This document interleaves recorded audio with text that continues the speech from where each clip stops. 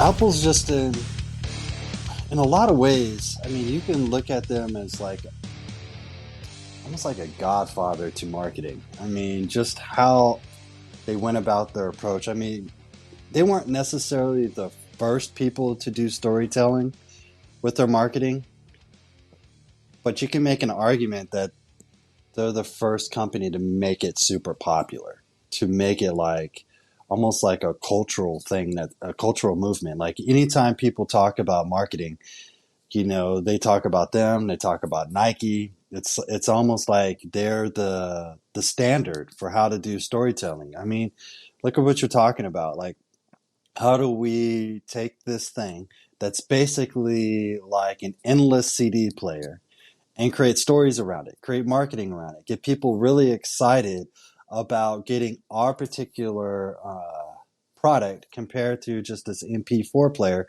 that literally does the same thing but doesn't have the same cool name as ours, doesn't have the same cool design as ours, but it does the same thing.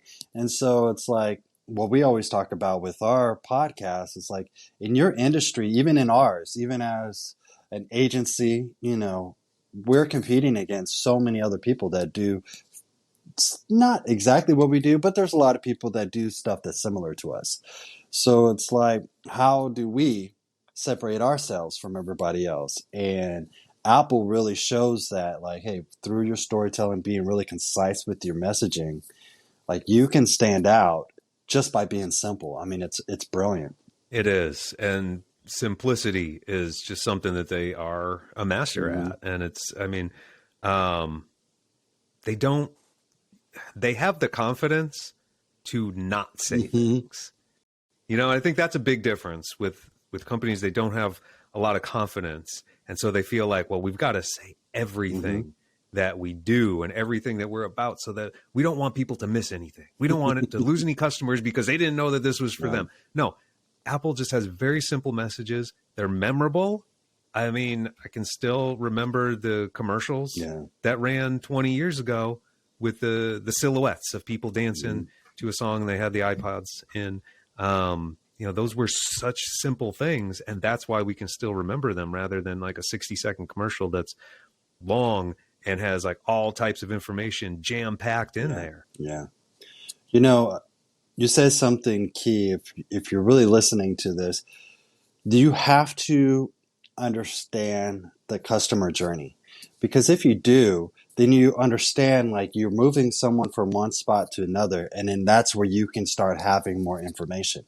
So if somebody comes onto your website, instead of thinking like I have to have all my information on here, well, if you have a strategy, a game plan put in place, it's like let's entice them, let's get them curious about our brand, let's get them to want to reach out to us, and then once they reach out to us, we can provide more information. So here's like a real world application of it. So if I'm Apple, I go onto their website. I'm not going to get every single detail of all of their products. I'm just going to get a great message. It's going to be simple. It's going to be to the point. It's also going to spark my curiosity. And then what am I going to do? I'm going to go to the store.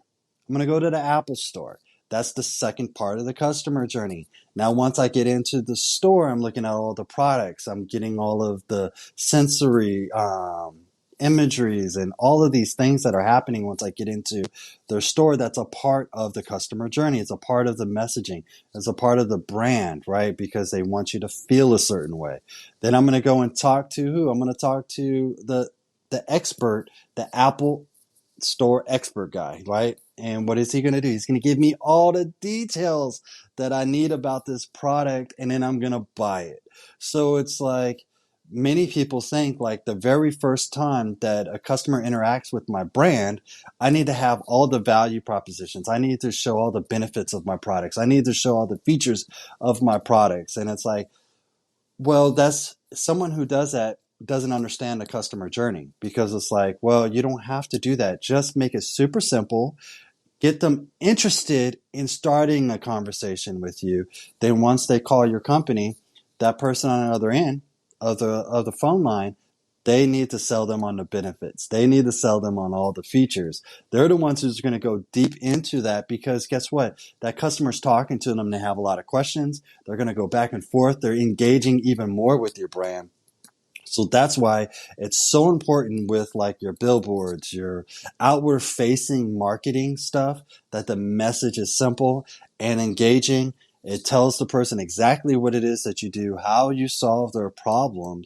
But at the same time, it's also unique in the sense like only you can do this. And so that's why I need to engage with your brand and get even more information from you. Mm-hmm. Yeah, good point. Even if people are shopping online only, they have no intention of going in the store. They just want to buy through the Apple website. All the information you need is there, but they're not bombarding you with specs right away. The first step is just very simple, beautiful photography. Let you pick out a couple of products that you have in mind. Then when you're ready to compare that stage of the customer journey, that's when you're getting into all the specs, all those hardcore nerd details that you need to make your decision. But they know you're not making the decision on the homepage of the website. Yeah, absolutely. So, you know, when you have the funnel, you have that first stage, which is really awareness. So somebody becomes aware that they have a problem. So that's where, okay, you know what? I'm having a problem with having so many, say using the iPad, for example. I'm having a problem of really organizing all of the music files that I have, or I'm realizing that I want to be able to just easily access all of this music in one place. Who does that?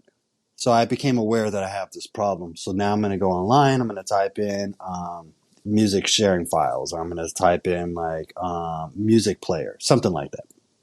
And then they go on to Apple, and then Apple has a really clear message like, hey, here's your problem. We solve it.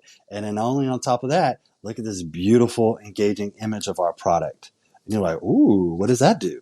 What does that do? Now I'm starting to get into a consideration phase of my journey. So at that point, now I'm starting to consider buying this product or buying something very similar to that. So if I understand that, now my message changes, because now I need to have a message for customers that are considering buying a music player.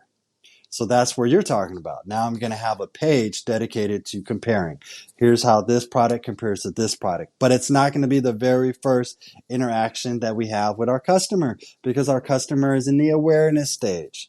But now that they're in the consideration stage, they're going further into your website, and they're now considering buying from you. And then this is where all your reviews are coming in. This is where you're having different type of blogs, because maybe I'm going to show how our product is different than all of our competitors' products, how our reviews are better, et cetera, et cetera. So all my messaging is going to be totally different. And that's where you could kind of go into what you're talking about. Let me go more into details. Let me go into more of this type of information, because that's where they're at in the stage of buying. And then that's also, too, where they're at when they call your company. Now I'm considering buying from you. I'm going to talk to your rep. I'm going to ask questions. I'm going to get deep into it. So that's why it's really important to think about, when you're creating your message, what stage is the customer at? And then once I determine that, then I know what kind of content I need to create, what kind of messaging I need to write, that's going to be hyper-focused towards that particular target audience, and it's going to get them to move from consideration to now buying, right? So these are things to think about when you're creating your message.